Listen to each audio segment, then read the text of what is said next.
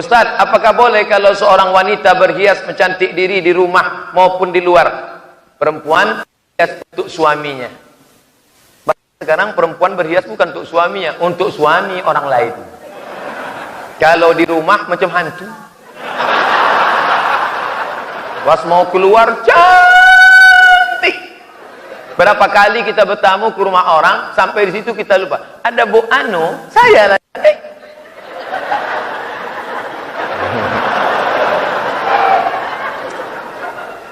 Jangan terlalu berpatokan pada make up. Make membuat up, naik ke atas. Salah pasang nanti orang senyum, kita senyum. Yang disenyumkan orang kita. Pasang hijau, kiri biru. Apa tak senyum orang nengok kita? Wah, sanglah bedak keli 3 inci. Wah, muka putih, tangan hitam. La ilaha illallah. Ini alis tak boleh dicukur. Ini alis apa bulu mata? Alis. Ini tak boleh dicukur. Diambil pisau, diambil. Tak mungkin pergi undangan sebelah. Cuma hilangkan dua-dua. Lihat. Kacau ni. Untung ada spidol whiteboard. Pasang lesang. Papa pergi dulu ya. Tak apa-apa. Sampai di tempat undangan, makan rendang, pedasnya minta ampun, kipas tak ada. Bau keringat lah, luntur. Panas ya Jeng? Iya. Balik ke rumah mati lampu. Assalamualaikum. Assalamualaikum bang. Buka pintu. Si abang buka pintu, tengoknya Allahu la ilaha illallah qayyum la ta'khudhuhu sinatun wa la nawm. Kenapa tak pergi-pergi hantu ni? Aku bang bini abang. Kau rupanya gitu. Sampai mereka wanita itu cantik karena raut wajahnya bekas air wudhu. Wanita itu cantik karena pancaran matanya bekas baca Quran. Wanita itu cantik berseri karena tahajud di waktu malam. Siapa yang tahajud di waktu malam, tampak cahayanya sampai di waktu siang. Itu maka terang benderang kantor masjid Polda ini. Kenapa ada cahaya-cahaya dari sana? Yang jelas lampu hidup.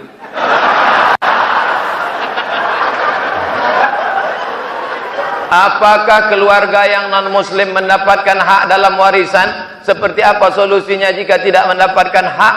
Orang tidak mendapatkan harta warisan disebabkan 3. Yang pertama, perceraian. Istri cerai, maka tak dapat hak warisan. Yang kedua, pembunuhan. Seorang membunuh ayahnya, maka dia tak dapat warisan. Yang ketiga, berbeda agama. Maka beda agama, tak dapat warisan menurut hukum Islam. Tapi kalau menurut hukum negara, dia dapat. Saya masuk Islam Pak Ustaz, ya, orang tua saya non muslim, ya, meninggal dia, lalu mereka kasih saya, terima saja, boleh. Kenapa? Karena hukum konvensional membolehkan non muslim mendapatkan harta warisan. Apakah wanita yang banyak utang puasanya wajib diganti dengan bayar puasa atau dengan bayar fidyah? Setiap yang kita berada di depan ini pertanyaan ini penting. 90 hari mak kita tak puasa. 8 tuh Pak Ustaz. Oh ya. Saat kita berada dalam perutnya 30 hari dia tak puasa. Saat menyusu tahun pertama 30 hari dia tak puasa. Saat menyusu tahun kedua 30 hari dia tak puasa. Saat dia mau mengganti di tahun ketiga, adik pula menyusul. Makanya kalau suami itu ngaji ngerti agama, diajaknya istrinya puasa Senin Kamis niat qadha. Maka setahun bisa lunas 80 hari. Senin, Kamis, Senin, Kamis, Senin, Kamis, Senin, Kamis. 1 bulan 8 hari, 10 bulan 80 hari lunas. Selesai anak pertama. Maka qadha, bukan kobo. Kobo basuh tangan. Qadha ganti puasa. Kalau ibu tidak puasa karena diri ibu, maka ibu qadha saja. Tapi kalau ada unsur anaknya, janinnya lemah, terancam kesehatannya, maka qadha plus fidyah. Tak ingat saya Pak Ustaz, download buku 30 fatwa seputar Ramadan di Play Store. 30 fatwa seputar Ramadan. Penulisnya Abdul Somad LCMA. Gratis. Udah saya download, kenapa nggak dapat Pak Ustaz? Paket tak ada. Apa hukum dalil menyogok dan mendapatkan suatu jabatan? La'ana Rasulullah sallallahu alaihi wasallam Rasulullah melaknat, Allah melaknat ar-rashi yang memberi sogok, wal murtashi dan yang menerima sogok. Berapa lama kau nikmati duit sogok itu? Sogok, bawa ke Makkah. Labbaik Allahumma labbaik, labbaik Allahumma labbaik. Apa kata malaikat? La labbaik wala sa'daik. Kau tak dapat panggilan, kau tak dapat haji mabrur, zaduka haram, karena kau berangkat dengan uang haram. Patutlah dia tak mabrur, Pak Ustaz. Tak ada perubahan. Iya, dulu sebelum berangkat haji bercelana pendek, sekarang tak bercelana. Na'udzubillah. Mohon penjelasan dari Ustadz tentang isbal. Kaki celana melewati mata kaki namanya isbal. Ini kaki celana melewati mata kaki ke bawah, ini isbal. Sarung, jubah melewati isbal. Kalau isbal gimana? Finnar, di bawah mata kaki masuk neraka. Jadi kalau gitu Ustadz masuk neraka lah nih. Iyalah masuk neraka. Kalau gitu naikkan ke atas. Itulah maka banyak orang menggunting kaki celananya.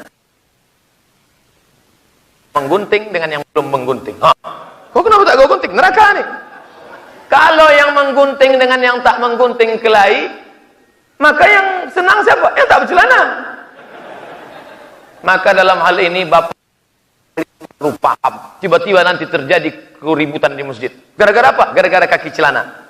Kenapa kalian ribut? Katanya Pak Ustadz, katanya Pak Polisi, yang di bawah mata kaki masuk neraka. Memang betul yang di bawah mata kaki masuk neraka menurut satu hadis. Tapi dalam hadis yang lain, man jarra thawbahu khuyala, kalau sombong. Kalau tak sombong tak apa-apa. Karena dulu pakaian orang kafir Quraisy, pakaian orang Persia, pakaian orang Romawi, jubahnya panjang-panjang. Maka yang dimaksud Nabi itu kalau panjang berelak-elak ke bawah, itu sombong baru neraka. Kalau tak sombong tak apa-apa, kata Imam Syafi'i. Kalau tak sombong tak apa-apa, kata Imam Nawawi. Kalau tak sombong tak apa-apa, kata Imam yang ditulis dalam kitab Syekh Yusuf Al-Qardawi. Kalau tak sombong tak apa-apa, dalam kitab Subulus Salam. Kalau tak sombong tak apa-apa, kata Imam Syaukani dalam Nailul Autar. Maka Pak Polisi, tentara bisa menjadi orang memanage manajemen konflik.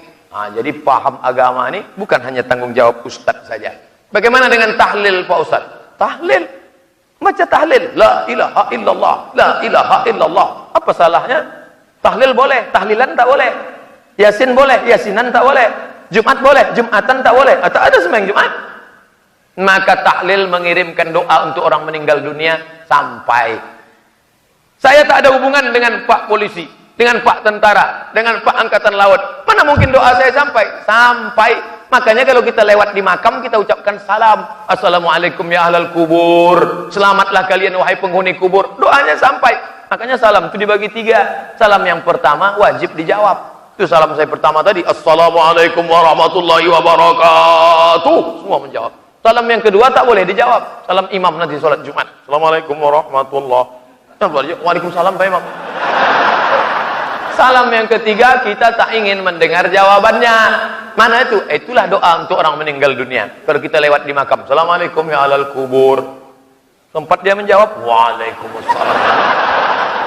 Maka doa untuk jenazah itu sampai Allahumma fir lahu warhamhu wa'afihi wa'fu anhu wa akrim nuzulahu wa siyama dakhalahu waghsilhu. Baca buku saya 37 masalah populer. Buku saya rata-rata insyaallah tujuannya semua Kamtipmas, keamanan, ketertiban masyarakat dari aspek agama. Heboh masalah akikah kurban, buka buku saya 30 tanya jawab kurban. Heboh masalah zakat, buka pengajian tentang zakat profesi. Heboh masalah bid'ah, buka 37 masalah populer, gratis, download internet. Boleh dicetak, boleh, silakan cetak-cetak, tapi jangan dibuat di sampulnya, coblos nomor 2 aja. Pak Ustadz, apa hukum wanita muslim tak mengenakan jilbab?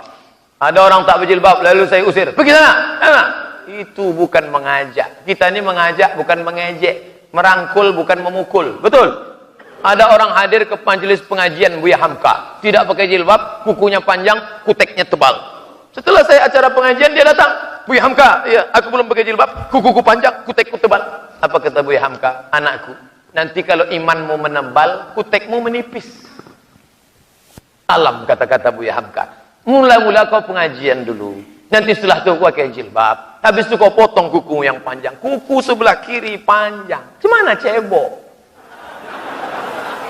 Nanti masak bakwan. Insya Allah semuanya akan baik, berproses. Mungkin jilbabnya pasrah tapi tak rela dulu. Sudah agak-agak lama baru naik ke proses jilbab yang model keduanya, jilbab sakratul maut. Yang lihat di leher tuh. Dia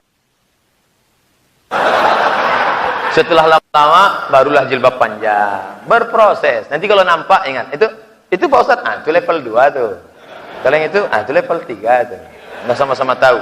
Semuanya insya Allah masuk ke dalam hidayah Allah Subhanahu wa ta'ala. Amin. Ada juga yang menggunakan jilbab kerudung tapi rambut bagian atas. Itu pasrah tapi tak rela tuh. Level 2. Apakah saya berdosa? Saya menikah. Menikah kok berdosa? Tanpa restu dari orang tua. Apakah saya berdosa kalau saya menikah menggunakan wali hakim karena orang tua saya tak setuju? Pergi ke pengadilan, di sana ada kertas formulir untuk orang yang orang tuanya tak setuju, nanti disidangkan. Kalau orang tuanya matre, karena duniawi, beralih perwalian dari wali ab'ad, akrab ke wali ab'ad. Jangan langsung wali-wali hakim aja, ada prosesnya itu. Ada orang tua itu tak setuju, aku tak setuju kalau menantu sama dia. Kenapa ya? Masa dia datang pakai kap 70 CB 100? Kalau itu ya, itu memang itulah yang mantap tuh kata dia. Oleh sebab itu kalau dia kena sebab duniawi, itu boleh dialihkan ke yang lain, disahkan oleh hakim pengadilan agama. Pak Ustadz, nama saya XXX, tak boleh sebut nama, menjaga kode etik jurnalistik. Dalam hadis dikatakan kuntum khaira ummah, bukan hadis itu bang, itu ayat Quran. Untung tak saya sebut nama tadi kan. Kenapa sekarang umat Islam selalu dibully, dikatakan teroris, dikatakan bodoh, dikatakan miskin? Atas penjelasannya saya ucapkan banyak, karena kita tidak berbuat, tidak action. Ustadz Somad cuma ceramah aja, actionnya kapan? Ada pekerjaan, profesi, perbuatan yang memang dia apa? Anggota DPR, parlemen, parle itu artinya ngomong. Mereka memang ngomong, tapi ada yang tak ngomong. Tukang tak boleh ngomong. Kalau dia ngomong, tak jadi satu batu. Itu aja. Ini harus ngomong. Parlemen itu harus ngomong. Kalau dia tak ngomong, tidur aja, makan gaji buta, haram dia di sana. Oleh sebab itu, maka ini penting. Maka kita akan bangkit insya Allah kalau kita bersinergi. Kembali lagi, soliditas, sinergitas. Setelah kita aman, barulah masuk investor-investor asing. Barulah kita selamat. Gimana mereka mau menarik karyawan, pegawai kalau semuanya mabuk tripping? Minum tadi malam, mabuk pagi nih. Orang sebelum masuk ke dalam berkipas begini. Setelah masuk, kipas diam, kepala bergoyang. Apa tak kacau? Apabila suatu penyakit tidak terdeteksi oleh medis, lalu dibaca ke paranormal, dukun, apa pakai paranormal? Apa hukumnya Pak Ustadz? Jangan pergi ke dukun. Man atakahinan, siapa yang datang ke dukun? Fasaddaqahu bima yaqul, percaya kepada cakap si dukun. Falam tuqbal lahu salatun arba'ina yauman, tak diterima salatnya 40 hari 40 malam. Jadi perginya ke mana? Ruqyah. Kalau di Pekanbaru tahu saya tempatnya, Jalan Sumatera, Masjid Al-Falah, Ustadz Saifullah, nomornya 119. Kalau emergensi 911. Kalau diganggu hantu jembalang tanah, suster ngesot, ada gula, itu 119. Nanti dibacakannya ruqyah. Allahu la ilaha illa huwal hayyul qayyum, la ta'khudhuhu sinatun wa la naum. Keluar jinnya insyaallah. Al-Quran adalah kitab yang kita yakini paling lengkap dan sempurna. Apa hikmah yang terkandung dari turunnya kitab Al-Quran terakhir dari kitab-kitab lain? Kenapa enggak langsung saja diturunkan satu kitab Quran saja? Padahal Allah Maha mengetahui. Ini zaman ada masanya. Ketika itu yang hebatnya sihir. Datang Nabi Musa alaihissalam. Ketika itu datang mukjizat, bisa orang menghidupkan orang mati, mengobati penyakit lumpuh dan buta. Datang Nabi Isa alaihissalam. Daripada masa datangnya syair yang begitu indah, maka datanglah Al-Quran sebagai penyempurna. Ini namanya proses. Kitab yang dulu tak ada hukum, isinya sopan santun, budi bahasa, tata krama etika. Tapi setelah Al-Quran datang, maka dia mengandung hukum yang tegas. As-sinnu bisinni, dipatahkannya gigimu, patahkan juga gigi dia. Al-ainu bil aini, dicucuknya matamu, colok juga mata dia. Wal juruhat qisas, dilukainya pipimu, lukai juga pipi dia. Koma, itu belum titik. Faman afa, siapa yang mau memaafkan, wa aslaha, mau berdamai, fa ajruhu 'ala Allah, ada hukum dan ada perdamaian, ada akhlak, ada juga hukum. Maka Islam datang disempurnakan oleh Nabi Muhammad sallallahu alaihi wasallam. Al-yauma, hari ini, akmaltu lakum dinakum, kusempurnakan agamaku, wa raditu lakumul Islam madina, kuridhoi Islam sebagai agamamu.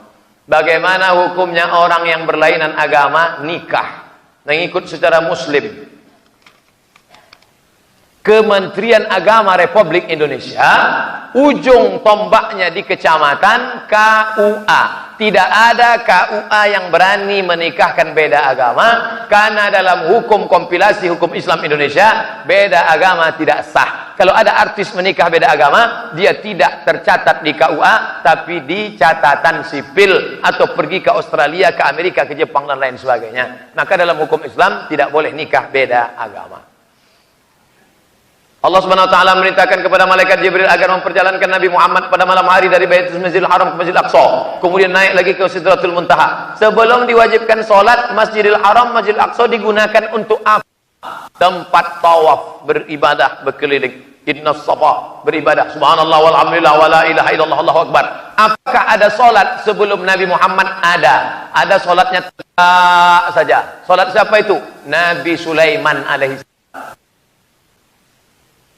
Ketika dia tegak megang tongkat, tiba-tiba tongkatnya dimakan rayap, patah, jatuh dia. Rupanya Nabi Sulaiman sedang tegak, karena sholatnya tegak saja. Ada yang sujud saja, ada yang duduk saja. Semua sholat itu terangkum dalam sholatnya Muhammad sallallahu alaihi wasallam. Ada tegak, ada ruku', ada i'tidal, ada sujud, ada duduk antar sujud, ada sujud, ada salam. Itulah sholat yang paling sempurna. Sebelum naik ke Sidratul Muntaha, Nabi sholat 2 rakaat. Sholat sunat apa namanya Pak Ustaz? Dari mana dia mendapatkan contohnya? Wa ma yantiqu anil hawa. Dia tidak bicara menurut hawa nafsunya. In huwa illa wahyun yuha. Melainkan wahyu dari Allah Subhanahu wa taala yang dibawa oleh Jibril alaihi salam. Sholat apa namanya? Sholat sunat di dalam Masjid Al-Aqsa. Tapi tak disebutkan apakah solat sunat tahiyatul masjid, apakah solat sunat hajat, apakah solat sunat taubat, apakah solat sunat mutlak. Syekh Atiyah Sokor dari Al-Azhar hanya mengatakan solat sunat saja. Langkah rezeki pertemuan maut sudah diatur Allah. Betul. Kenapa orang musyrik di luar agama Islam selalu mendapatkan apa yang diinginkannya, sementara mereka bukan menyembah Allah? Bismillahirrahmanirrahim. Semua dapat. Macam orang kasih beras pada ayam, kasih ayam, semua ayam dapat. Ayam jahat dapat, ayam baik dapat. Siapa yang kuat cotoknya, dia dapat banyak beras. Tapi ada rahim, hanya dapat orang beriman saja. Makanya dalam Al-Quran, Ghafurur Rahim, bukan Ghafurur Rahman. Oleh sebab itu kita mendapatkan Rahman dari Allah. Jangan sangka kalau rumah besar, mobil besar, kebun besar, bini besar, lalu kita anggap itu nikmat. Belum tentu. Kalau kau punya mobil, dengan mobil itu kau sering ke masjid, nikmat. Tapi dengan mobil itu kau buat dosa, laknat. Kalau jabatanmu tinggi, dengan jabatan itu kau bisa tolong agama Allah, rahmat. Tapi dengan itu kau terjerumus dalam neraka, laknat. Banyak orang menyangka kalau punya kekuasaan, kalau punya kemasyhuran, kalau punya harta, nikmat. Belum tentu. Tergantung bisa membawa engkau ke dalam rahmat Allah, atau justru menjadi laknat Allah Subhanahu wa ta'ala. Dalam saya berceramah selama di Kepri ini, di kantor Pak Polisi ini paling banyak pertanyaan. Artinya apa? Pengajian ini bukan formali. Ada pengajian itu, mana yang penting selesai, selesai Pak Ustaz. Dah, memang betul-betul mengaji. Tengoklah, hampir sebesar skripsi.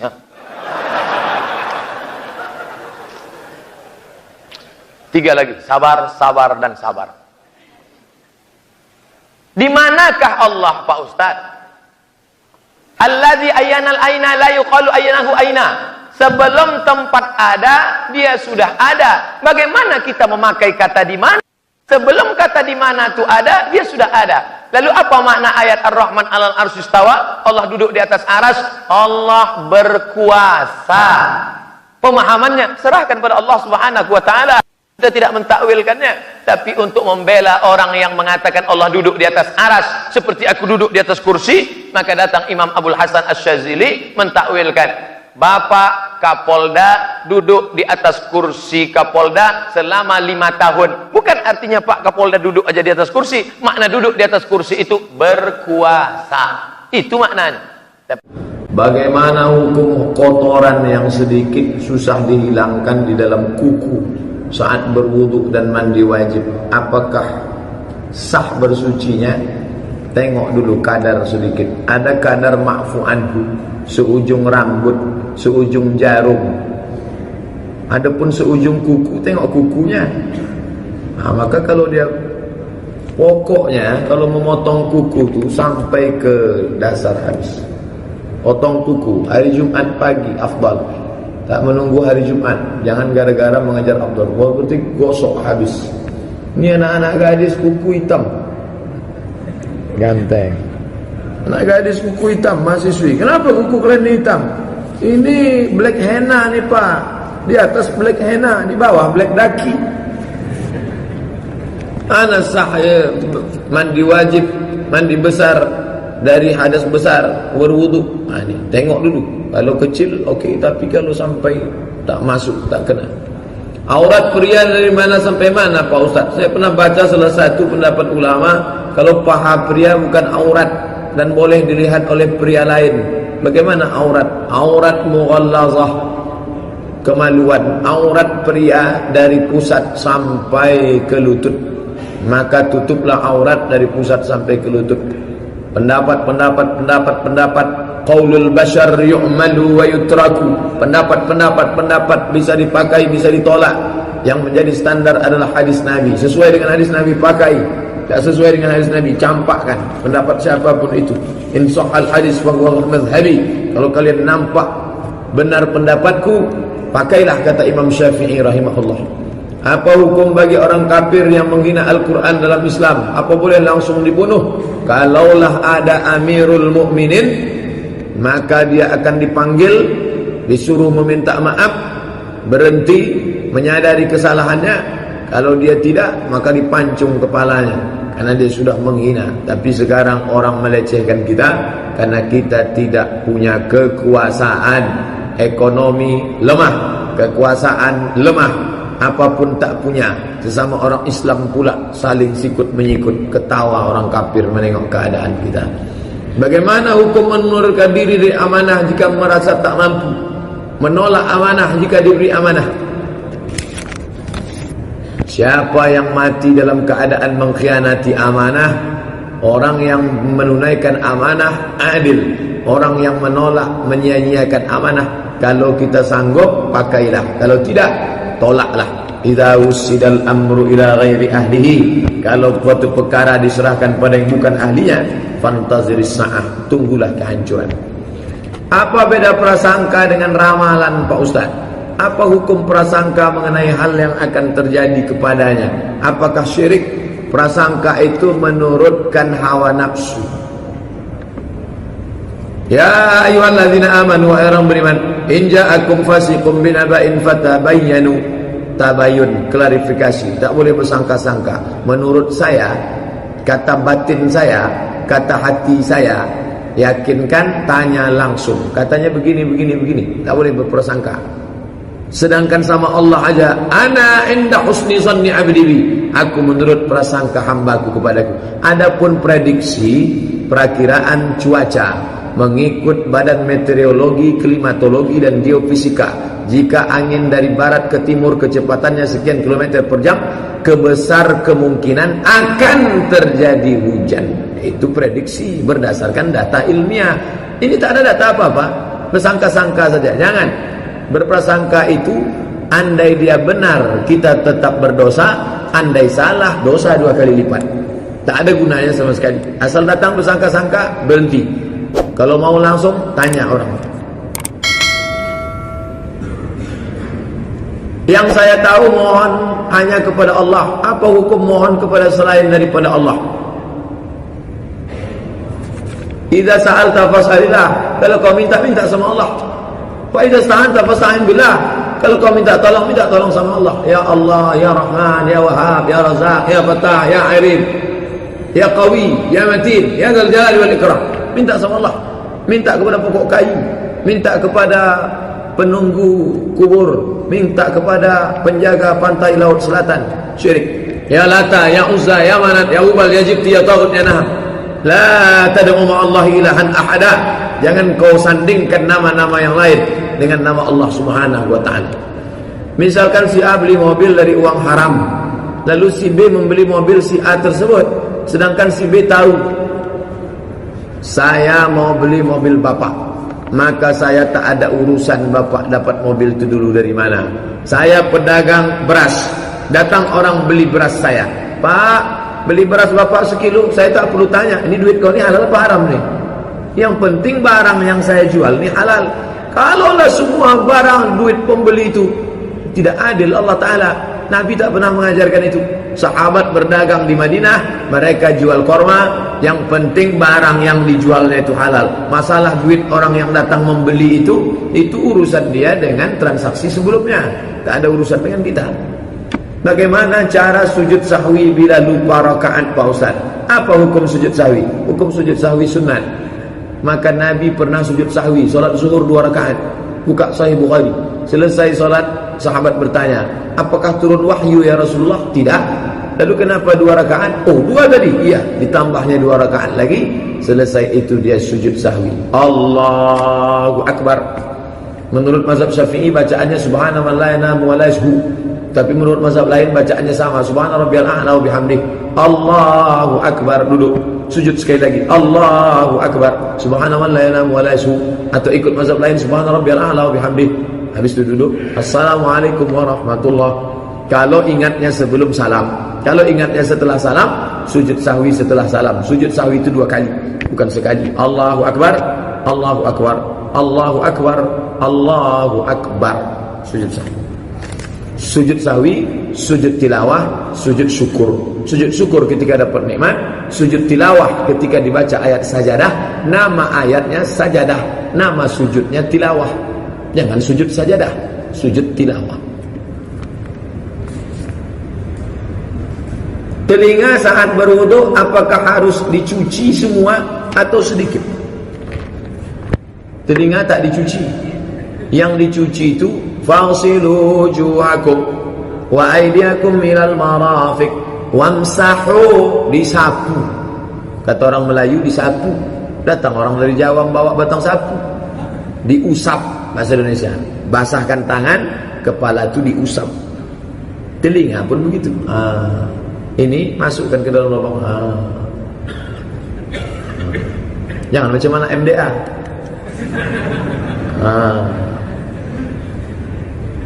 Bersih dia. Agama paling bersih dunia ni agama Islam ni. Apa hukum tato, Pak Ustaz? Buka www.youtube.com, tulis di situ Somad Tato, dapat nanti videonya. Itu sudah kita kaji di Masjid PMC, Profesor Suhaimi. Sudah kita kaji di Masjid PMC. Hadisnya riwayat Abdullah bin Mas'ud radhiyallahu anhu. La'anallahu al-washiman. Allah melaknat perempuan tukang buat tato, wal mutashiman, yang minta buatkan tato, wal mutanammisan, orang yang mencukur alis, mencabut alis, wal mutafallijan, menjarangkan gigi, wal mughayyirat lil husni, orang yang merubah ciptaan Allah Subhanahu wa taala. Lengkapnya tengok di situ, lengkap, hampir 1 jam kita bahas dulu di Masjid Al-Fatah PMC. Tapi bagi yang sudah punya tato tak perlu disetrika, biarkan aja. Imam kami pakai tato, Pak Ustaz, usah tengok tatonya, dengarkan aja bacaan ayatnya. Kok pula tengok tato dia? Solatnya sah, wudunya sah, jangan dipermasalahkan, tak perlu disetrika. Seandainya sudah ada, apakah masih wajib untuk dihilangkan? Dah terjawab, tak perlu dihilangkan. Sampai dicabut kulit, biarkan aja apa ada, biarkan aja. Tengok tu yakuza yang datang dari Jepang waktu pakai umrah, heran orang tengok, ini orang umrah kok pakai baju. Tengok dekat, rupanya tato, dari jauh macam batik. Bagaimana tanggapan Ustaz terhadap orang tua ibu kandung meninggalkan anaknya tanpa sebab apapun? dari semenjak usia 12 tahun sampai usia 21 tahun. Ibu kandung tersebut tak pernah memberi kabar atau berita. Apakah seorang anak tersebut harus mencarinya padahal ibu kandungnya meninggalkan tanpa sebab apapun? Apakah surga itu masih di bawah tapak kakinya? Jikalau anak tersebut tidak mencari, apakah anak tersebut durhaka? Tak ada yang tak bersebab. Bisa jadi dia dulu ditekan suaminya, bisa jadi susah penghidupan. Banyak faktor kenapa dia pergi. Oleh sebab itu dia tidak ada kewajiban. Tapi kalau rezekinya murah, lapang, waktunya kosong, cuti dia, mau dicarinya emaknya itu bagus. Silman qata'aka, sambunglah orang yang memutus silaturahim denganmu. I'timan haramaka, balas kau memberi kepada orang yang tak pernah memberi. Kau tak diberinya dulu kasih sayang, balas dia dengan beri kasih sayang. Kalau ada orang yang sanggup memberi karena dulu ibunya memberi, biasa. Dan ini sejahat-jahatnya ibu ini, dia sudah mengandung kita 9 bulan 10 hari, dia sudah menyusukan selama 2 tahun. Maka kalau mau, yang paling bagus adalah silman qata'aka, sambung balik silaturahim, datang balas budi baiknya itu, surga di bawah tapak kaki ibu. Adapun dosa dia, itu urusan dia dengan Allah. Jangan kita kaji-kaji, kita bahas-bahas masalah dia mengkhianati amanah, masalah dia tak menjaga anaknya. Itu tanggung jawab dia di hadapan Allah Subhanahu wa taala. Kita urus urusan kita urus bakti kita, pahala kita dapat. Jangan sampai kita berijtihad ternyata ijtihad kita salah, fatal. Pak Ustaz, setiap sujud terakhir salat fardu maupun sunat, saya selalu baca doa selamat. Apakah itu termasuk bid'ah? Tidak. Tidak bid'ah. Mana dalilnya? Imam Ahmad bin Hanbal, da'autu lisyafi'i fi salati 40 sana. Aku mendoakan Imam Syafi'i dalam salatku 40 tahun. Rabbighfirli wa liwalidayya wa li Muhammad bin Idris Syafi'i. Ya Allah, ampunkan aku, ampunkan dosaku, ampunkan Muhammad bin Idris Asy-Syafi'i. Tengok dalam kitab Manaqib Imam Syafi'i yang ditulis oleh Imam Al-Baihaqi. Kalau bid'ah menambah salat dalam doa dalam salat itu artinya doa. Kalaulah bid'ah, maka Imam Ahmad bin Hanbal masuk neraka gara-gara itu.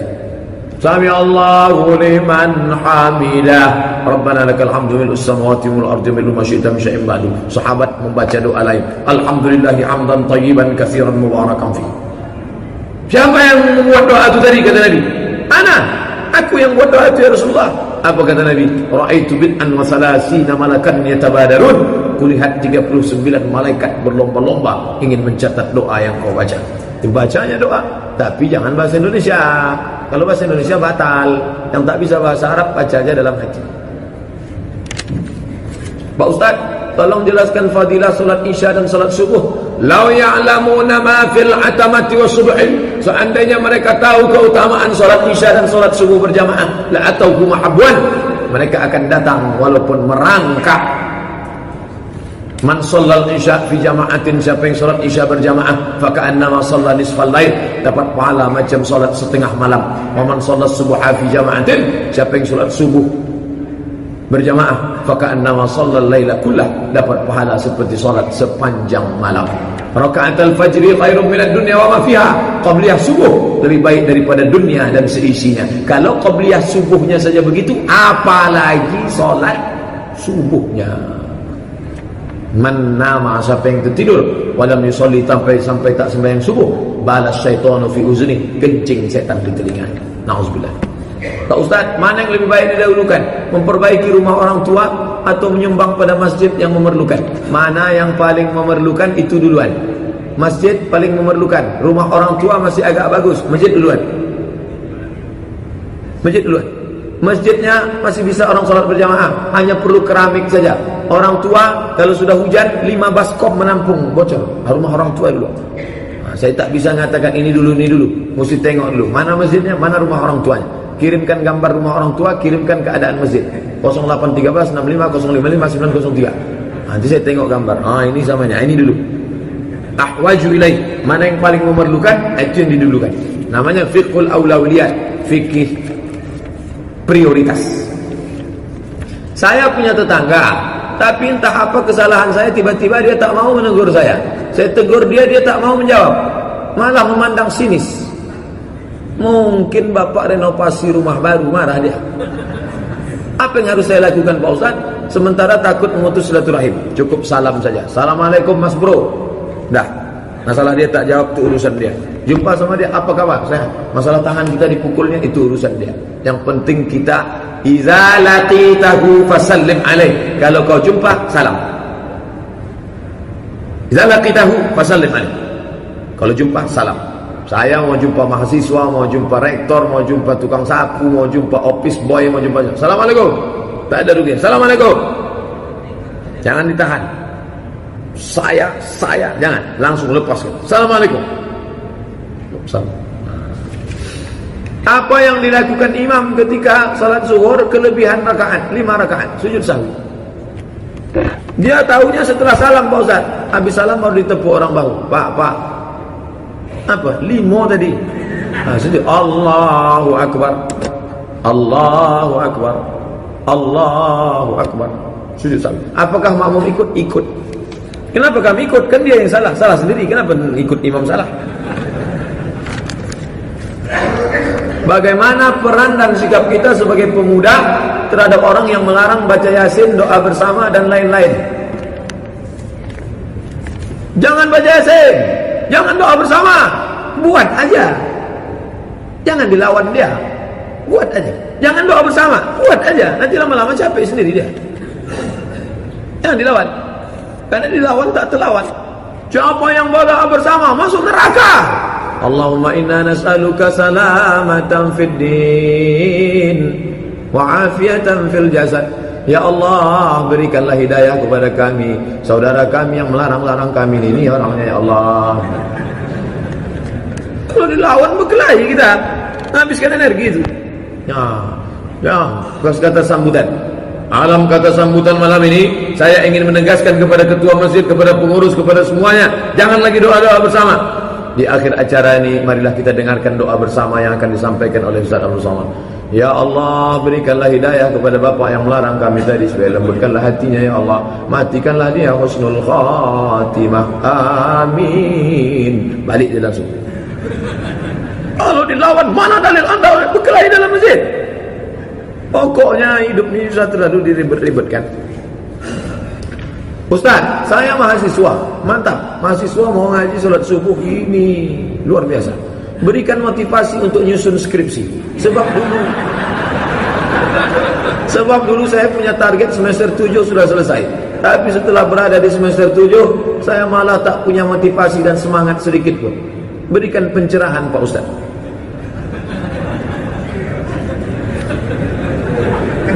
Saya sekolah di Al-Azhar 1 tahun 14 mata kuliah tambah 2 juz Al-Quran.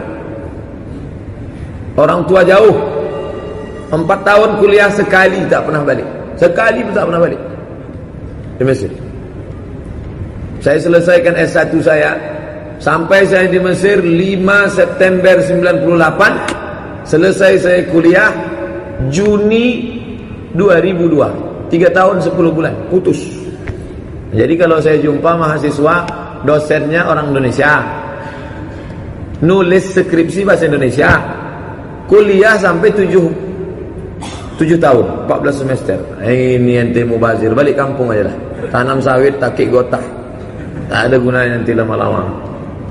Ini pokoknya harus jelas kita ini mau kemana. Ustaz, apa hukumnya orang yang ziarah kubur menyambut bulan suci Ramadan berziarah sama-sama? Tujuannya baik. Setelah ziarah mereka makan bersama, tujuannya mempererat silaturahim. Masalahnya makan bersama itu di kuburan. Selesai ziarah, bagaimana pandangan Pak Ustaz? Makan di mana-mana aja boleh, asal jangan di WC aja lah. Makan, kecuali dia berkeyakinan kalau makan kita di dekat kubur ini, nanti di akhirat kita makan pula bersama dia. Nah, itu tak ada dalilnya. Sekedar makan aja, dia makan. Atau dibuatnya di kubur itu ada semacam pendopo atau ruang di kota-kota besar. Nah, itu karena kalau di hotel, di rumah, mungkin rumah kecil-kecil, rumah tak besar. Mau jumpa apa ya? Pas momen setahun sekali balik kampung ramai-ramai, beli nasi bungkus, makan dari situ. Tidak ada niat apa-apa sama sekali. Tidak ada niat kekhususan. Yang tak boleh itu mengkhususkan hari tertentu dengan balasan tertentu, meyakini akan mendapatkan fadilah tertentu. Itu tak boleh. Siapa yang ziarah kubur sebelum puasa, makan bersama di kubur itu, maka nanti akan makan bersama para malaikat di dalam Jannatul Naim sama Nabi Muhammad. Nah, itu tak ada dalilnya. Hanya sekedar makan saja, tak jadi masalah. Tak ada dalil mengharamkan. Bagaimana hukum sholat isya berjamaah tapi tidak jahar, tak bersuara, padahal ada makmum di belakangnya? Itu imam silent itu namanya. Salat isya berjamaah. Salat isya, salat zuhur, salat maghrib, salat subuh itu jahar. Itu yang disunahkan Nabi. Contoh, maka kalau ada orang membuat itu diam, tanya dulu, selesai salat kita tanya, kau kenapa diam? Kalau dia diam itu meyakini inilah keyakinan saya, dia harus diluruskan. Kalau tidak, dia pelaku bid'ah. Dia sudah melakukan perbuatan bid'ah karena dia melawan Nabi SAW. Sekarang dibaliknya pula, solat zuhurnya dia jahar. Ini pelaku bid'ah, mubtadi'in. Kalau zaman Nabi, zaman Abu Bakar, zaman Khulafaur Rasyidin, orang ini harus zajar, dihukum zajar, teguran supaya dia jangan mengulang perbuatannya. Orang yang tak tahu dikasih tahu. Jangan solat zuhur jahar, jangan solat maghrib isya sir. Tapi kalau dia, kenapa kau tadi? Sebetulnya saya bukan imam di sini, Pak. Imam tetap tak datang. Saya tak tahu. Tiba-tiba didorong orang ke depan. Maka daripada saya berbunyi salah, saya diamkan aja. Itu tak boleh. Kasihan, kita pun kasihan, menitik air mata kita mendengar penderitaan dia. Pak Ustaz, apa betul pada zaman Khalifah Bani Abbasiyah yang ke-16 beliau ada mengangkat seorang gubernur Al-Antar Irak yang merupakan seorang Kristen yang taat? Irak ini gara-gara Nusron ini. Makkah di tengah, Madinah di atas, Yaman di bawah, Irak di samping, Syam di atas, Mesir di kiri. Ini petanya. Makkah di tengah, Yaman di bawah, Syam di atas, Damaskus, Irak di kanan, Mesir di kiri. Ini keliling ini Kristen. Yaman ada Kristen Najran. Yang atas ini Syam Kristen. Namanya Kristen Maronit Ortodok. Mesir Kristen Koptik. Jadi pada suatu zaman diangkatlah orang yang kafir di daerah mayoritas kafir, bukan orang Islam. Ini banyak data-data ini dipelintir. Contoh, pendapat Ibnu Taimiyah bahwa Allah akan menolong suatu negeri walaupun kafir. Dipelintir katanya Allah menolong pemimpin walaupun kafir. Bukan begitu bunyi teksnya. Allah menurunkan pertolongan kepada negeri kafir wa in kanat kafiratan, ad-daulatul adilatu wa in kanat kafiratan. Allah menolong negeri yang kafir walaupun kafir, tapi dia adil. Konteksnya negeri itu kafir. Sekarang kasusnya bukan begitu. Pemimpin kafir di tengah umat Islam. Hati-hati, ini menggunakan bahasanya pandai sekali ini para sastrawan. Bukan orang, kuncinya orang kafir jadi pemimpin Islam itu tidak pernah terjadi dalam Islam. Bahwa dalam kekuasaan Islam ada satu kawasan kafir, diangkat orang kafir. Ya lumrah. Bupati di Papua, gubernur Papua orang non muslim, ya wajar. Yang tak wajar itu wali kota Pekanbaru orang non muslim. Itu kita 1.200.000 komunitas muslim. Jangan mau tertipu dengan data-data. Hati-hati, mereka ini pandai mengolah kata, mengolah kalimat. Mereka obrak-abrik. Sama Allah aja dia tak takut, apalagi sama kita. Tolong Ustaz jelaskan tentang Abdul Qadir Jailani. Apa betul Abdul Qadir Jailani mempunyai banyak karomah-karomah? Imam Nawawi, imam ahli hadis, mengatakan banyak orang menisbatkan karomah kepada orang tertentu, tapi yang paling pasti dan terpercaya karomahnya adalah Syekh Abdul Qadir Al-Jailani. Syekh Abdul Qadir Al-Jailani, riwayat tentang karomah-karomahnya itu diakui oleh Imam Nawawi, diakui oleh Imam As-Suyuti, diakui oleh Imam Ibnu Hajar Al-Asqalani. Dia lebih dulu dari mereka. Abdul Qadir Jailani lebih dulu daripada mereka. Maka oleh sebab itu, tapi yang tak boleh itu adalah fanatik sampai meminta kepada dia. Itu naik sampan, asal ada angin topan, oh Syekh Abdul Qadir Jailani tolonglah selamatkan kami. memintanya kepada Allah. Bertawassul dengan Syekh Abdul Qadir Jailani ikhtilaf ulama, tapi bukan minta kepada dia, ya Allah aku memohon kepada engkau, kepada Allah mintanya, bukan kepada Syekh Abdul Qadir Al-Jailani. Syekh Abdul Qadir Al-Jailani seorang ulama yang zuhud, yang wara', yang berilmu, yang alim. Adapun orang-orang yang datang setelah dia banyak membuat-buat cerita, menisbat-nisbatkan cerita, lalu ditempelkan kepada Syekh Abdul Qadir Jailani. Hati-hati.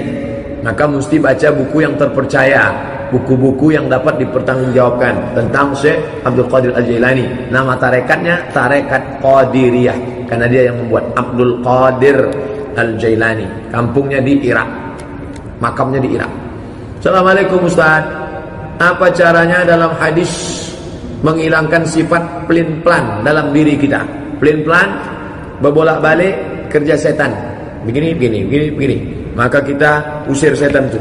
A'udzubillahi samil alim minasyaitonir rajim. A'udzu bikalimatillahi tammati min kulli syaitani wa hamati wa min kulli ainin lamah. Bismillahirrahmanirrahim. La yadurru ma'asmihi syai'un fil ardi wa la fis sama'. Qul huwallahu ahad. Qul bil falaq. Qul a'udzu binnas. Al-Fatihah, pangkal surat Al-Baqarah. Wa ilahukum ilahu wahid, ayat kursi. Ujung Al-Baqarah, lillahi ma fis samawati wal ardh. Salat sunat hajat, minta kepada Allah Ta'ala menguatkan hati. Ya muqallibal qulub, wahai engkau yang membolak-balikkan hati, sabit qalbi ala dinik, kokohkan hatiku ala ta'atik, dalam ketaatan kepada. Tidak ada ya muqallibal qulub, hati milik Allah. Wahai engkau pemilik hati, kokohkan hatiku ya Allah. Jangan sampai was-was tak tentu arah, begini pelan-pelan. Misalnya si A punya sawah, dia perlu uang, digadaikannya sawah itu kepada si B. Oke? Dua, dengan digadaikannya sawah tadi kepada si B, maka selama uang B belum dibayar, sawah itu digarap oleh si B. Ya, jelas. Sering terjadi hal ini bertahun-tahun. Bahkan si B menggarap sawah tersebut puluhan tahun, dan semua hasil sawah dinikmati oleh si B. Haram. Kullu qardin jarra naf'an fahuwa riba. Setiap pinjaman ada manfaat di dalamnya, maka riba. Pak, saya ada kebun sawit 2 hektar, saya perlu duit Bapak, pinjam nih saya 50 juta Pak Andi. Lalu kemudian saya pun pinjam duit. Ini surat sawit. Selama belum Ustaz bayar hasil sawit, untuk kapan saya bisa bayar? Ini yang terjadi sekarang. Sawit, gotah karet dengan kebun kelapa, selama belum bisa bayar, hasilnya riba. Makan haram. Kullu qardin jarra naf'an fahuwa riba. Zaman Nabi jangankan sawit, jangankan kebun, kambing. Diambilnya susu kambing itu pun riba, haram. Mana menolong? Oh, itu bukan menolong, itu menjerat leher itu. 20 tahun dia tak akan bisa bayar. Rentenir, sama dengan rentenir. Nampaknya menolong, bukan menolong. Ini batil, makan haram, makan riba. Sawah dikembalikan pada si A apabila si A telah mengembalikan uangnya. Pak Ustaz, ya, saya pinjamkan dia duit, surat tanah sawitnya ke saya, lalu hasil sawitnya untuk dia. Iya, sawit itu hasilnya bukan untuk yang memberikan pinjaman, kepada si A yang punya pokok sawit. Lalu saya yang ngasih pinjaman dapat apa? Disitulah makna pahala menolong orang. Yang paling tinggi pahalanya nolong tidak pakai jaminan, namanya sedekah, hibah, infak. Kamu perlu berapa? 5 juta. Nah, ambillah, tak perlu jaminan. Yang kedua pakai jaminan. Ini jaminan takut barangnya hilang, tapi bukan mengambil keuntungan dari barang. Setiap dia ngambil keuntungan riba. Kullu qardin jarra naf'an fahuwa riba. Riba itu. Riba bukan hanya sekedar pinjam 100 balik 120. Yang model begini pun riba juga. Pak Ustaz, tata cara mandi junub yang baik itu macam mana Pak Ustaz? Mudah-mudahan yang nanya ini anak lajang. Saya khawatir yang nanya anak sudah 5. Pertama, masuk kamar mandi, langkah kaki kiri, Allahumma inni a'udzubika minal khubuthi wal khaba'is, basuh kemaluan. Setelah basuh kemaluan, berwuduk. Wuduknya macam wuduk salat. Waktu mengusap kepala, banyakkan airnya, celah-celah sampai basah, supaya kepala ini sejuk. Ketika kepala sejuk, maka otak kedinginan, naik darah ke otak. Tidak terkejut dia. Ada tulisan, mengapa stroke di kamar mandi? Karena orang tiba-tiba menyiramkan air dingin, darah naik ke atas tiba-tiba, stroke mendadak. Maka sejukkan kepala dengan air sikit-sikit. Habis itu telinga, baru kaki. Siram dari sebelah kanan perlahan-lahan, sikit, baru basah semua. Nah, begitulah yang diajarkan Nabi SAW. Penjelasan mengenai tambahan nama di belakang para nabi. Alaihissalam, Adam alaihissalam. Kenapa Muhammad SAW? Kenapa berbeda? Innallaha wa malaikatahu yusalluna 'alan nabi. Ya ayyuhalladzina amanu sallu alaihi. Seandainya untuk mereka sallu alaihim, Muhammad sallu alaihi, makanya sallallahu alaihi wasallam. Tak ada pun yang lain alaihi salam. Apa beda kita dengan Syiah? Syiah tidak hanya alaihi salam itu kepada Nabi, imam dia yang 12 itu Ali alaihi salam, Hasan alaihi salam, Husain alaihi salam, Zainal Abidin alaihi salam, Imam Bakir alaihi salam, Ja'far Shadiq alaihi salam, Ali Ridha alaihi salam, Ali Jawad alaihi salam, Imam Mahdi dia yang terakhir alaihi salam, sampai kepada Fatimah alaihi salam. Ini mereka yang membuat-buat. Oh, Ustaz anti Ahlul Bait, saya cinta kepada Sayyidina Al-Hasan, saya cinta kepada Sayyidina Al-Husain, tapi saya tidak membuat mereka menjadi Tuhan. Ya Hasan, ya Husain. Nah, innal Hasan wal Husain sayyida syababi ahli jannah. Hasan dan Husain salah satu dari pemimpin pemuda ahli surga. Ingat, sikap kita moderat pertengahan. Kita tidak menghinakan Hasan Husain, kita tidak pula mempertuhankan Hasan dan Husain. Bagaimana hukum seorang muslim yang beribadah sampai tua tapi dia tidak mengetahui tentang mazhab? Tidak dituntut untuk pakar mazhab. Saya naik pesawat ke Jakarta, saya tidak dituntut untuk nanya ke pilot, Pak pilot, di mana letak turbin? Di mana letak mesin? Ada dinamonya apa tidak? Ini pakai kopling 5 apa 3 apa 2 apa 1? Ini pakai matic apa manual? Yang penting saya percaya saja sama imam mazhab itu. Sekarang semua orang dituntut mesti paham tentang pesawat. Ini yang jadi masalah. Kita harus menjadi pilot semuanya. Apa tak kacau balau? Orang yang tahu dalil mujtahid, dia mengikut imam tapi tahu dalil imamnya, muttabi'. Dia tak tahu, hanya ikut saja, muqallid. Ikut saja. Saya dari dulu Pak Ustaz tak paham saya mazhab ini. Itu yang saya ajar dengar dari guru saya, fikih yang saya baca fikih Sulaiman Rasyid. Beli fikih Islam Sulaiman Rasyid. Orang Lampung dapat gelar ijazah alamiah, belum ada LC lagi. Sekitar tahun 1930-an, entah 33, entah 35, pulang dari Mesir. Dia tulis buku simple mazhab Syafi'i, fikih Syafi'i, fikih Sulaiman Rasyid. Penulis Sulaiman Rasyid, kata pengantar Buya Hamka. Sulaiman Rasyid datang ke Jogja, menyerahkan buku itu ke Buya Hamka. Buya Hamka membaca, diberinya kata sambutan. Apa kata Buya Hamka? Andai aku menulis buku ini, belum tentulah bahasanya seindah ini. Kata Buya Hamka, memuji fikih Sulaiman Rasyid. Nanti setelah masak fikih Syafi'i ini, barulah baca fikih perbandingan mazhab, fikul Islami wa adillatuh, Syekh Wahbah Zuhaili 11 jilid. Jangan langsung melompat ke situ. Anak kecil kasih makan rendang, mati dia. Bolehkah bacaan solat tahajud dengan jahar? Tahajud bukan boleh, memang sunnahnya jahar. Jadi kalau selama ini ibu sama bapak solat tahajud, bapak tu tak pernah jahar, nasib ibu lah dapat imam silent tadi. Naka jahar solat tahajud. Bismillahirrahmanirrahim. Alhamdulillahirabbil alamin. Tapi kalau dibaca sir sah, bukan tak sah. Kalau cerita sah dan tak sah, sah. Tapi kalau cerita afdalnya jahar. Bolehkah menghadiri pesta pernikahan teman non muslim di tempat ibadahnya? No. Pestanya di mana? Di hotel Pak Ustaz. Oke, ada dibaginya dua, ada makanan muslim, makanan non muslim. Silakan. Tidak ada misa-misa, tak ada. Silakan. Tapi kalau sudah di tempat ibadah, syubhat, samar-samar, Faman ittaqas subuhat, siapa yang menjaga subuhat, faqad istabra'a li dinihi wa 'irdihi. Kita yang punya komunitas WA, punya kawan-kawan, berkumpul sama dia. Friend, bro, kalau ente nikahkan anak ente di hotel, ente buatkan makanan Islam, kami datang. Kita sebagai teman-teman satu alumni, satu angkatan, satu kantor, kami tak ingin putus, ente buat di hotel, kami datang. Tapi kalau ente buat di tempat ibadah ente, kami tak datang. Mohon maaf.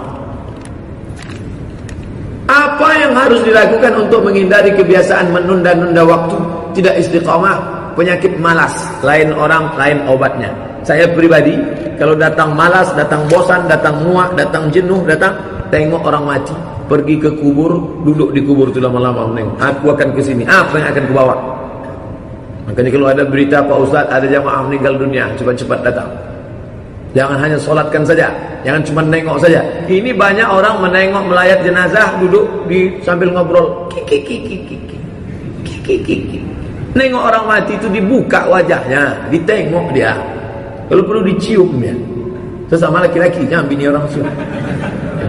Duduk. Pergi kita ke kubur, tengok lubang kubur itu. Abdul Somad, itu tempat kau nanti masuk ke dalam. Saya tengok.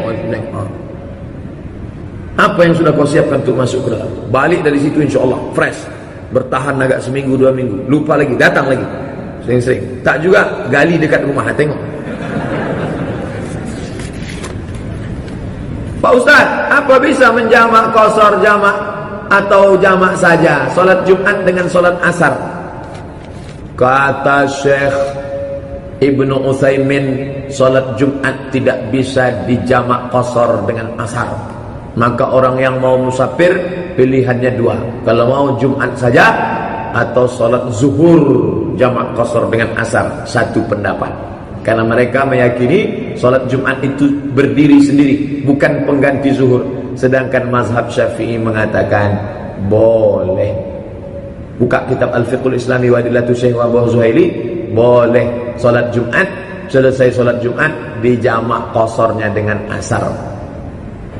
Solat Jumat 2 rakaat, habis itu jamak qasar, setelah Jumat solat asar. Bagi yang mau menjamak qasar dengan asar, pendapat kedua. Nanti kalau ada ustaz ceramah tidak bisa, itu pendapat Ibnu Utsaimin, kalangan ulama Saudi Arabia. Kalau kita baca surat At-Taubah tak boleh baca bismillah, betulkah itu Pak Ustaz? Ya. Apa dalilnya? Karena surat At-Taubah itu ancaman, bara'atun minallah. Allah memberikan ancaman berlepas diri. Fasiru fil ardi arba'ata ashhurin. Hai orang-orang kafir musyrik, berjalanlah kalian di atas muka bumi Allah ini. Kalian dikasih waktu 4 bulan. Tapi kalau kalian tak beriman dalam 4 bulan, awas. Tidak sesuai ancaman diawali dengan nama Allah yang Maha Pengasih lagi Maha Penyayang. Kan tak cocok. Masa ngancam diawali dengan bismillah? Maka langsung a'udzubillahi minasyaitonir rajim. Bara'atun minallahi wa rasul. Bara'atun minallah. Apa usaha kita agar bermimpi bertemu Rasulullah? Mimpi Rasul itu tak bisa request. Banyak-banyak salawat. Banyak ulama mengatakan salah satu yang membuat orang berjumpa dengan Rasulullah, ucapannya salawat, hidupnya banyak ikut sunnah. Salat sunat, puasa sunat, pakaian sunat, hidup dengan cara sunnah, mengikuti tunjuk ajar Nabi. Tapi bagi saya pribadi, masalah jumpa dengan Nabi itu saya tengok, apakah setelah kita jumpa Nabi itu semakin kita istiqamah? Tapi kebanyakan saya tengok orang-orang yang mimpi jumpa Nabi ini, solatnya biasa aja, ngobrolnya yang luar biasa. Ente ketemu Nabi, iya. What's next? Setelah itu emang apa? Setelah jumpa Nabi saya makin istiqamah, mantap. Setelah jumpa Nabi saya makin semangat, oke. Tapi kalau setelah jumpa Nabi, habis itu di warung lontong cerita jumpa Nabi, di kantor aku kemarin jumpa Nabi, mulailah bumbu-bumbu. Ini tak betul, hati-hati. Ini namanya talbis iblis. Ulama-ulama dulu malah menyembunyikan berita itu. Andai jumpanya pun tak dia ceritakan. Itu.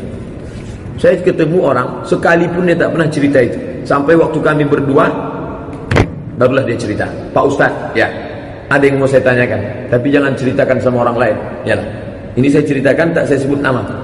Ini tak pernah saya ceritakan sama orang lain. Ini saya ceritakan sama Ustaz karena saya ingin tahu hukumnya saja. Oke. Ada orang nantang saya bertinju, ngajak saya berantem. Tidak saya layani. Padahal Pak Ustaz saya ini ban hitam karate. tapi saya senyum aja. Malam itu saya tidur, saya bermimpi sholat, imamnya itu tak tahu saya entah siapa. Selesai sholat dia menghadap ke saya, ada orang sebelah saya mengatakan, itu adalah Nabi Muhammad sallallahu alaihi wasallam. Jadi orang jumpa Nabi itu, dari mana kita tahu dia Nabi? Kita kan tak pernah jumpa. Orang lain ngasih tahu, atau dia mengaku, aku Muhammad. Atau orang lain sebelah, itu yang kau tengok tuh Muhammad SAW. Apakah betul itu Nabi Pak Ustaz? Betul. Mana dalilnya? Man ra'ani fil manami fa innahu ra'ani. Siapa yang melihat aku dalam mimpinya, maka sesungguhnya itu adalah aku. Li'anna syaitana la yatamassalu bi, karena setan tak bisa menyerupai aku. Setan bisa menyerupai Syekh Abdul Qadir Jailani. Setan bisa menyerupai Nabi Khidir, mengaku dia sebagai Khidir, aku adalah Khidir. Tapi sebenarnya setan. Tapi dia tak bisa menyerupai Sayyidina Maulana Muhammad SAW.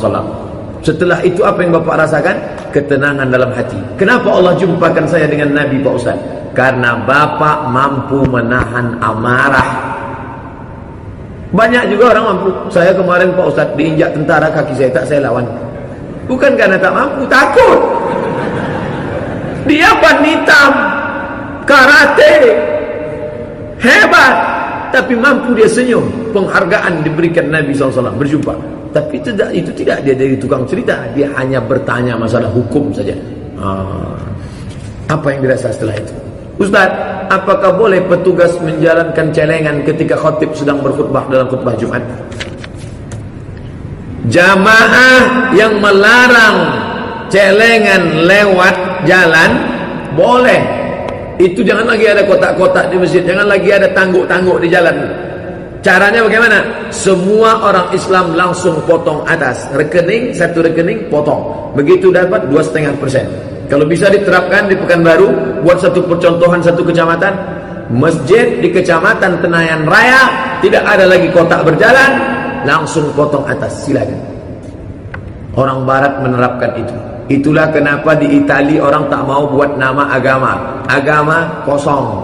Kenapa? Karena kalau agama ditulis langsung potong. Bukan 2,5%, 10%. Kalau gajinya $1.000, $100 dipotong, 1.300.000 satu bulan. Bayangkan itu. Jadi kalau mau kotak tak ada, saya gelisah dengan ceramah-ceramah kotak jalan. Jangan ada kotak, jangan ada kotak. Oke, kotak jangan ada, tapi potong atas langsung. Siapkanlah rekening potong atas. Banyak orang kafir takut masuk Islam. Payah Islam nih, potong atas, potong bawah, dua-dua dipotong. Apakah ahli kitab yang disebut dalam Al-Quran masih ada sampai sekarang? Tak ada lagi ahli kitab sekarang. Siapa ahli kitab itu? Orang yang meyakini Isa itu Nabi utusan Allah. Mereka itu pernah ada, tapi punah pada masa pemerintahan Konstantin. Golongannya namanya Arius. Golongan Arius meyakini bahwa Isa hanyalah seorang nabi, dia tidak mati disalib. Tapi pada saat Konstantin berkuasa, diadakannya pertemuan namanya konsili di kampung namanya Nisea. Sekarang Nisea itu masuk di wilayah Turki, masih ada gedung tempat pertemuan itu, konsili Nisea. Maka di sana dipoting, kalah golongan Arius, punah, musnah, hilang. Itulah yang ditemukan manuskrip yang di Turki, golongan Arius dibuka. Isa adalah nabi utusan Allah, bukan anak Tuhan. Itu ahli kitab. Adapun yang mengatakan anak Allah, Allah Bapa Rohul Kudus, langsung Quran mengatakan dua ayat. Laqad kafara alladzina qalu innallaha salisu salasah. Siapa yang mengatakan Allah itu tiga dalam satu dalam tiga trinitas, maka kafirlah dia. Laqad kafara alladzina qalu innallaha huwal masih ibnu Maryam. Siapa yang mengatakan Al-Masih anak Maryam itu Tuhan, maka kafirlah dia. Ayat Quran, ayat tak bisa dilawan. Saya seorang PNS. Beberapa tahun lalu saya mengurus fungsional saya dengan cara pintas, sehingga tunjangan kinerja saya naik. Sekarang saya menyesal. Apakah saya harus berhenti dari fungsional saya, sementara ke depan katanya semua pegawai wajib fungsional? Saya kumpulkan penelitian, pengajaran, pengabdian masyarakat, penunjang. 4 saya kumpulkan. Penelitian, pengajaran, penunjang, pengabdian masyarakat. Habis itu minta surat pengantar dari rektor, antar ke Jakarta. Kalau naik, kalau tak naik, tak apa-apa. Ustaz, berkas Ustaz sudah kirim, sudah. Masukkanlah duit Pak Ustaz biar licin di Jakarta. Mau licin, mau serat, aku tak ada duit. Nanti bisa turun 2 tahun nih, terserahlah. Setahun turun. Jadi kalau ada orang mengatakan ini akan begitu, sebetulnya tak seperti itu. Kita sudah takut duluan. Buktinya turun juga. Turun sekarang. Bagi yang sudah melakukan ini, tengok dulu. Kalau dia ada pemalsuan data, haram. Tapi kalau tak ada pemalsuan data, itu dia sedang mengambil hak dia. Orang itu saja yang jahat. Berkas itu ditumpuknya tinggi se-Indonesia. Lalu siapa yang tak ngasih duit, dibuatnya di bawah. Mungkin saya itu dibuatnya di atas. Mungkin ada nama saya mirip dengan nama orang ngasih duit. Sama-sama somat, maka dinaikkannya ke atas. Allahu a'lam. Jadi yang tak ngasih duit bawah. Selama berkas bapak, kalau bapak tidak ada di situ pemalsuan data, memang betul mengajar fungsional, pengabdian masyarakat, penunjang, memang betul data, pernah mengirimkan 500.000 untuk biaya tukang siapa ini, itu dia tukang pegang sendok belanga, kita datang mau minta bawa piring, itu kan hak saya, tolonglah masukkan ke piring saya. Wani piro katanya. Yang haram itu pemalsuan data. Ini tak sampai pada tingkat haram. Jadi bapak tak perlu gagalkan fungsional itu. Tapi yang akan datang, yang akan mengurus akan datang, jangan lagi dibuat itu. Letakkan saja. Mau naik-naik lah, mau tidak-tidaklah. Tapi kalau kita sudah sama buat macam ini, itu mendidik umat ini sehingga serentak se-Indonesia buat begini, tidak ada lagi. Insya Allah bersih. Tapi ketika kita sebagian mau berbuat, sebagian tidak, inilah yang merusak sistem. Sistemik, sistem sudah rusak. Saya mahasiswa Usuluddin UIN Suska. Ini mahasiswa saya ini. Baru kali inilah ada mahasiswa ini. Apa kunci kesuksesan Pak Ustaz? Saya punya cita-cita menjadi pemimpin umat masa depan. Pertama, ente hidup ini lillahi ta'ala.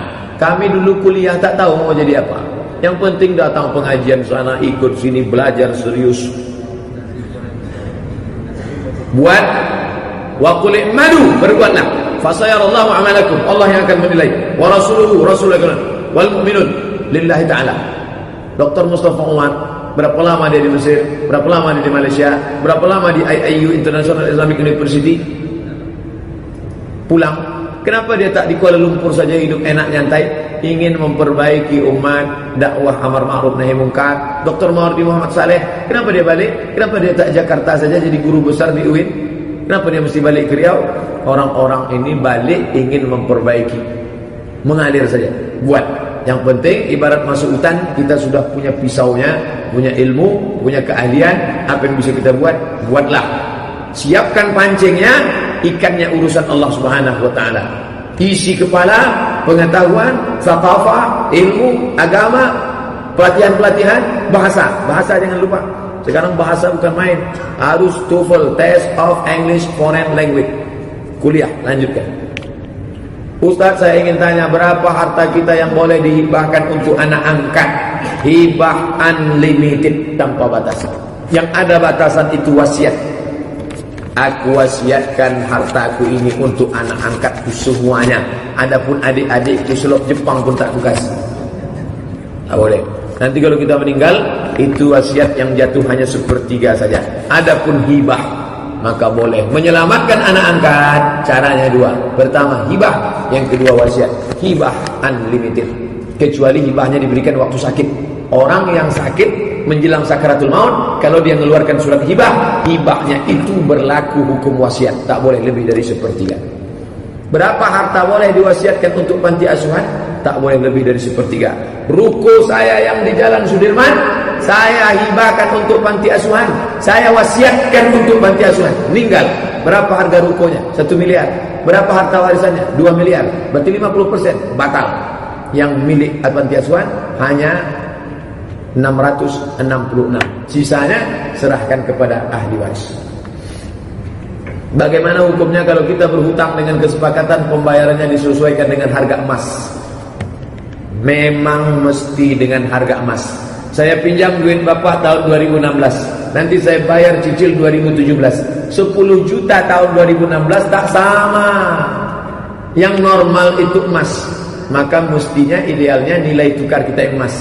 Mahathir Muhammad, Perdana Menteri Malaysia, pernah punya usul seluruh negara Islam diseragamkan saja pakai dinar emas. Karena zaman Nabi tak ada duit kertas. Duit kertas ada, Amerika punya kerja. Jadi bapak ibu yang punya transaksi keuangan, kupinjam uang engkau 1.200.000 dengan harga emas tahun 2016 1 gram 500.000. Akan kubayar tahun 2020 dengan harga emas. Bagus, itu yang stabil. Sehingga yang meminjam tidak rugi, yang meminjamkan uang pun tidak dirugikan. Karena nilai uang, apalagi tempat kita rupiah, fluktuasinya tak normal. Apalagi krisis-krisis moneter, tak tahu bagaimana terjadi besok. Nauzubillah. Apa benar kalau kita beribadah harus berpatokan mencontoh yang di Mekah? Mekah sekarang sedang dikuasai rezim King Saud. King Saud itu mazhabnya Hambali. Mazhab Hambali bismillahnya sir. Mazhab Hambali tak pakai kunut subuh. Orang Indonesia imam seumur hidup kunut subuh, pergi umrah, pergi haji 40 hari tak berkunut, langsung balik tak berkunut. Ini jahil, tak paham. Sedangkan Syekh Abdul Rahman Sudes, imam Masjidil Haram, pergi ke Istiqlal, bismillahnya jahar. Bismillahirrahmanirrahim. Bapak masih simpan rekamannya. Rakaat pertama dia baca sabbihis waladdallin amin. Bismillahirrahmanirrahim. Sabbihis rabbika. Abdul Rahman Sudes, imam Masjidil Haram, pergi bismillah. Yang diikut itu bukan Makkah. Yang diikut itu adalah dalil. Makkah tak bisa jadi dalil. Iya, kalau Makkah dipegang Ahlussunnah. Nauzubillah. Kalau datang orang Iran, Syiah menguasai Makkah, lalu kita berubah ke Syiah. Nauzubillah. Apakah ada salat qobliyah Jumat? Kalau ada, di mana waktunya? Pada masjid yang azan Jumatnya sekali saja. Bagi masjid yang mengkoordinir mengakui mazhab Syafi'i, maka qobliyahnya setelah azan pertama. Azan pertama setelah masuk waktu. Masjidil Haram itu azannya 2 kali. Saya tengok Masjidil Haram, salat zuhur 12.24. Saya tengok jamnya 12.24. Saya mau tahu ini Masjidil Haram ada tak qobliyah Jumat? Ternyata azannya pas 12.24. Allahu Akbar. Habis itu salat qobliyah Jumat. Setelah itu baru azan kedua. Habis itu baru salat Jumat. Bagi masjid yang azannya 2. Tapi kalau masjid itu azannya 1, bapak sudah duduk di situ, maka tidak usah qobliyah Jumat. Karena kalau qobliyah Jumat semua, kebetulan saya pula yang khatib, tak ada dengar khutbah. Tengok semuanya qobliyah Jumat. Apa maksud kalian nih? Duduk aja lah saya kalau gitu. Maka kalau kita menerima qobliyah Jumat itu mazhab Syafi'i. Dalil-dalilnya buat azan 2 kali. Dalil-dalilnya ada dalam kitab 37 masalah populer, sudah saya tulis. Apa hukum menembok di atas kuburan? Makruh. Kalau sampai berlebih, bermewah-mewah, sampai keramiknya dari Spanyol, haram. Kalau tidak sampai hanya sekedar mengasih tanda saja. Karena kubur sekarang kalau tak dikasih tanda, habis diambil oleh properti, jadi rumah elit. Buat tanda. Apa hukumnya sedekah dari uang peninggalan orang tua yang sudah meninggal diniatkan untuk almarhum? Orang tua yang sudah meninggal, hartanya harus dibagi kepada ahli waris. Setelah dibagi kepada ahli waris, jatah emak sekian, jatah abang sekian, jatah adik sekian, jatah kakak sekian. Ada yang mau bersedekah, silakanlah. Tapi hartanya belum dibagi, diwakafkan, itu bukan punya dia. Kecuali dia ada wasiat. Harta warisan memang diwasiatin, keluarkan wasiat. Audain, bayarkan hutang. Setelah itu barulah dibagi. Setelah dibagi, ada yang mau bersedekah. Aku sudah kaya, harta warisan bapakku ini kuserahkan saja untuk masjid. Mantap. Tapi sebelum dibagi sudah dibagi. Sebelum dibagi kepada ahli waris sudah dia kasih ke masjid. Ini tak betul. Karena pemiliknya bukan almarhum. Orang mati tidak bawa apa-apa. Makanya kalau mau menyumbang waktu masih hidup itulah. Setelah mati kita tak bawa apa-apa. Apa pandangan Syekh Ramadan Al-Buti, anaknya Taufik Al-Buti, terhadap konflik Suriah? Saya tak berani membaca koran. Tak berani menghukum Syekh Buti dengan Taufik Al-Buti hanya dengan baca koran. Maka ketika Syekh Muwaffaq datang, saya tak bisa tanya jawab di depan orang banyak. Saya datang ke hotel. Syekh, saya kan capek betul nih. Iya, saya ada 10 pertanyaan. Kalau saya siap, saya tanya semua. Kalau capek, katakan capek, kita berhenti. Oke. Akhirnya ngobrol kami hampir 1 jam lebih ngobrol. 10 itu dia jawab semua. Padahal dia capek, sudah jalan jauh, habis operasi tulang belakang. Begitulah Syekh Muwaffaq Ibnu Muhammad Al-Murabi dari Suriah. Pertanyaan saya diantaranya, apa pendapat Syekh tentang Syekh Ramadan Al-Buti? Satu kelompok mengatakan dia pro Bashar, satu mengatakan, apa kata Syekh Muwaffaq Muhammad Al-Murabi? Syekh Al-Buti min kibaril ulama, orang yang jujur. Ini Syekh Muwaffaq yang jawab, saya tahu Syekh Al-Buti orangnya baik, orangnya jujur, orangnya benar. Dia tidak ada maslahat dunia, orangnya zuhud. Dia bukan penjilat Bashar al-Assad dan bapaknya Hafiz al-Assad, tapi kejujurannya dimanfaatkan oleh rezim Bashar al-Assad. Apa kata Syekh Muwaffaq? Ente tahu tak, Abdul Somad, ente tahu tak bagaimana rezim itu bertanya kepada Syekh Al-Buti? Syekh Al-Buti, ya, kalau saya solat tahajud di waktu malam, ayat apa yang baik saya baca? Pertanyaannya bertanya tentang ayat, tapi mereka sedang menipu Syekh Al-Buti seolah-olah dia solat tahajud malam, padahal dia tak solat karena dia Syiah. Syekh Al-Buti tertipu.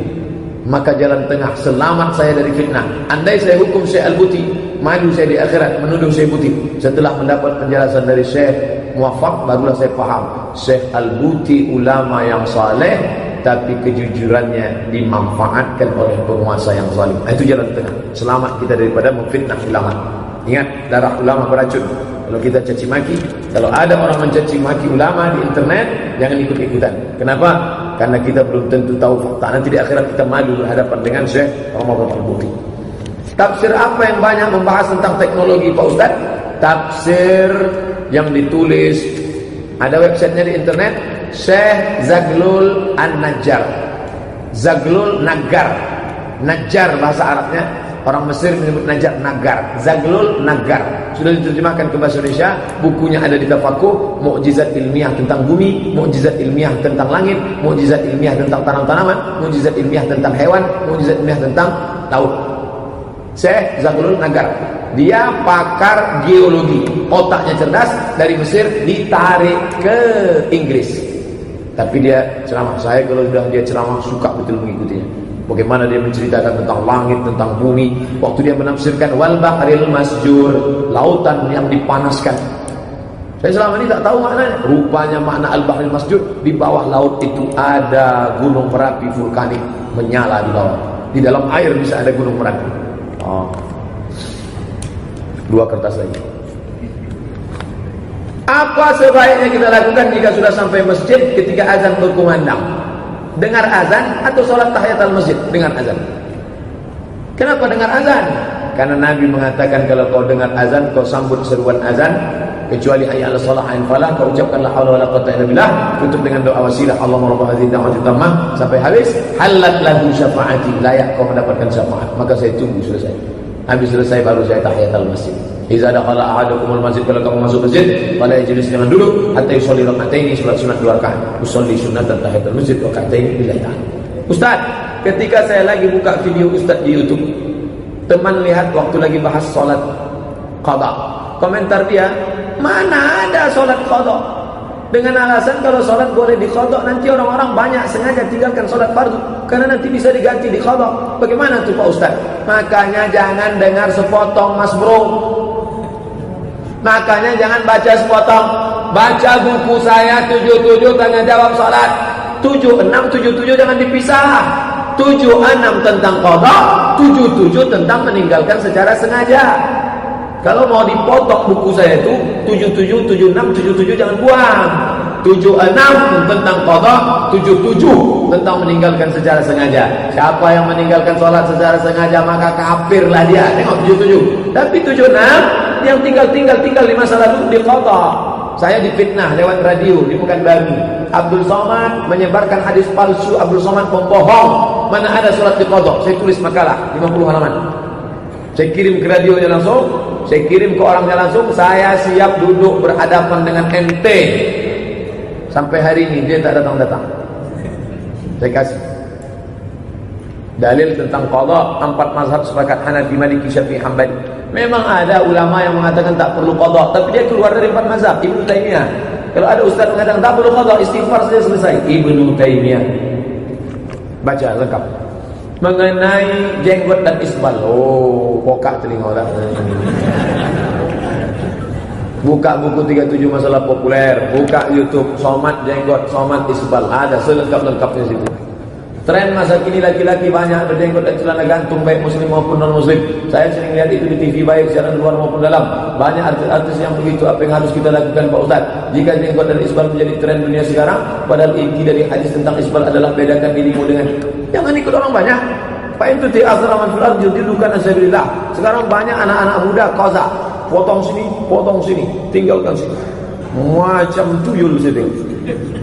Ikut orang banyak. Yang diikut itu dalil. Selama pakai dalil. Yang mau pakai jenggot silakan. Yang mau motong kaki celana silakan. Tapi ketika Anda memaksakan inilah yang benar, di situ muncul masalah.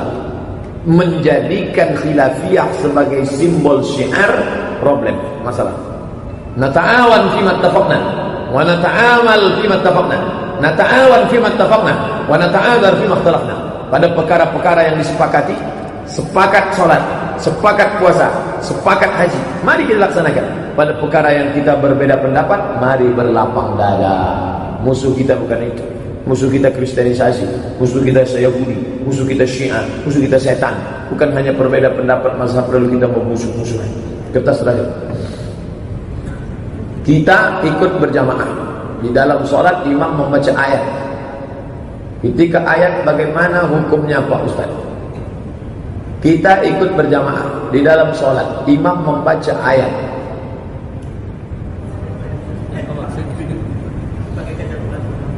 Tak jelas tulisannya. Tolong dulu ya.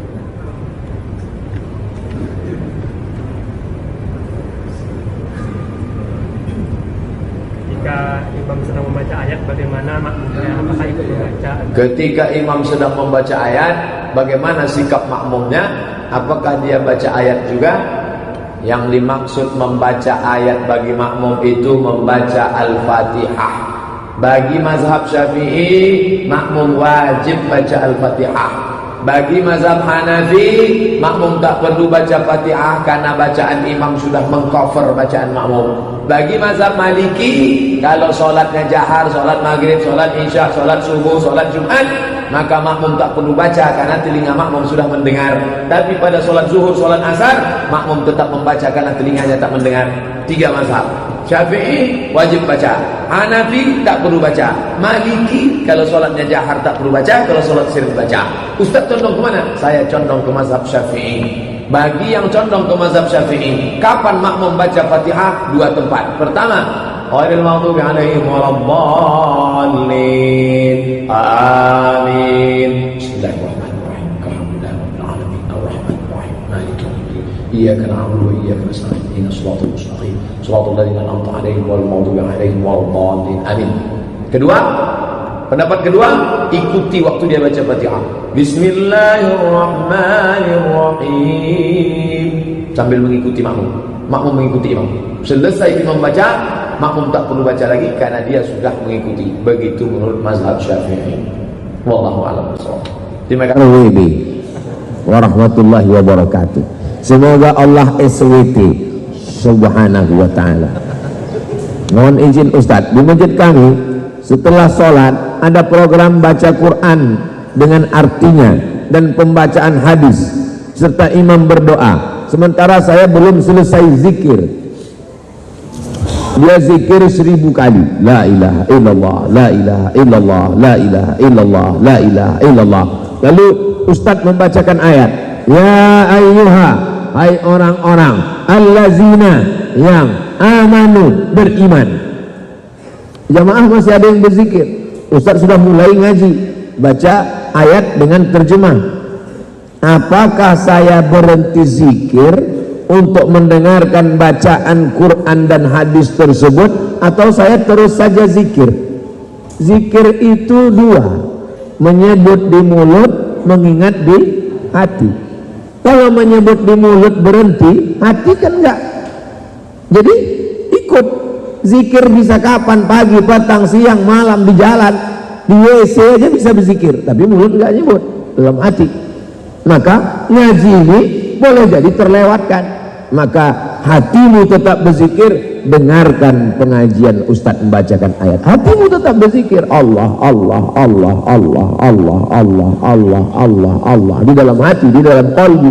Mulut mungkin berhenti, nanti habis pengajian silakan astagfirullahaladzim, jangan marah. Ini karena Ustadz ngajar, karena mengejar waktu pagi takut ada yang ketinggalan, dia marah mendengar ada ngajar la ilaha illallah, akhirnya kelahi di masjid. Jamaah di masjid masyarakat 100, yang ke masjid 10, yang 5 ini kelahi. Masalah zikir, masalah sayyidina, masalah khutbah, masalah